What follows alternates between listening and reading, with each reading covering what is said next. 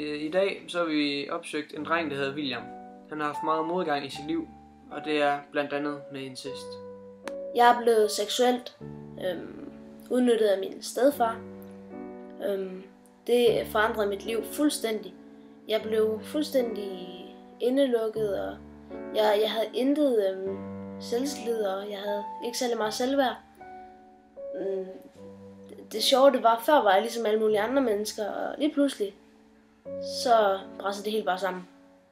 Jeg blev angst, bange, fortvivlet, depressiv, skrøbelig, og jeg var bare kendt for at være ham, som der gik rundt med tingene alene, og havde ikke rigtig nogen at gå til. Børn har ret til en tryg opvækst. Når der er rod i familien, påvirker det børnene så meget, at de ikke kan udvikle sig rigtigt. I dette tilfælde ved incest er det også direkte skadeligt for dem. Derfor står det også helt klart i dansk lovgivning og FN's børnekonvention, at børn har ret til tryghed, omsorg og beskyttelse. De talenter, som jeg var født med og som jeg havde udviklet gennem tiden, de kunne ikke rigtig komme til syne, fordi at mit indre det var fuldstændig smadret.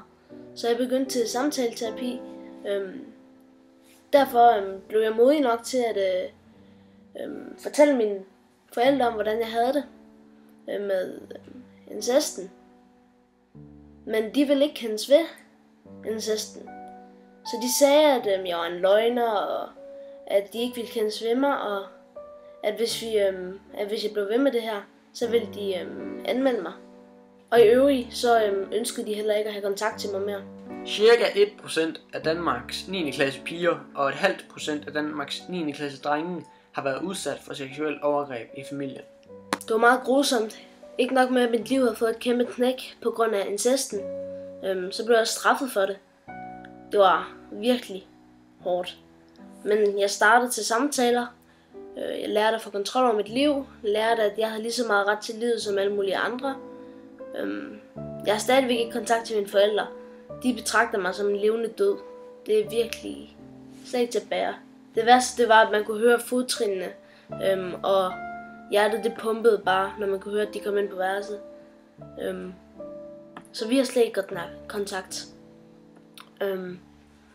Men jeg er faktisk blevet meget stærk i det her. For det første, så kan jeg takle en masse situationer uden at blive rørt af det, fordi at jeg har prøvet noget, der er meget værre.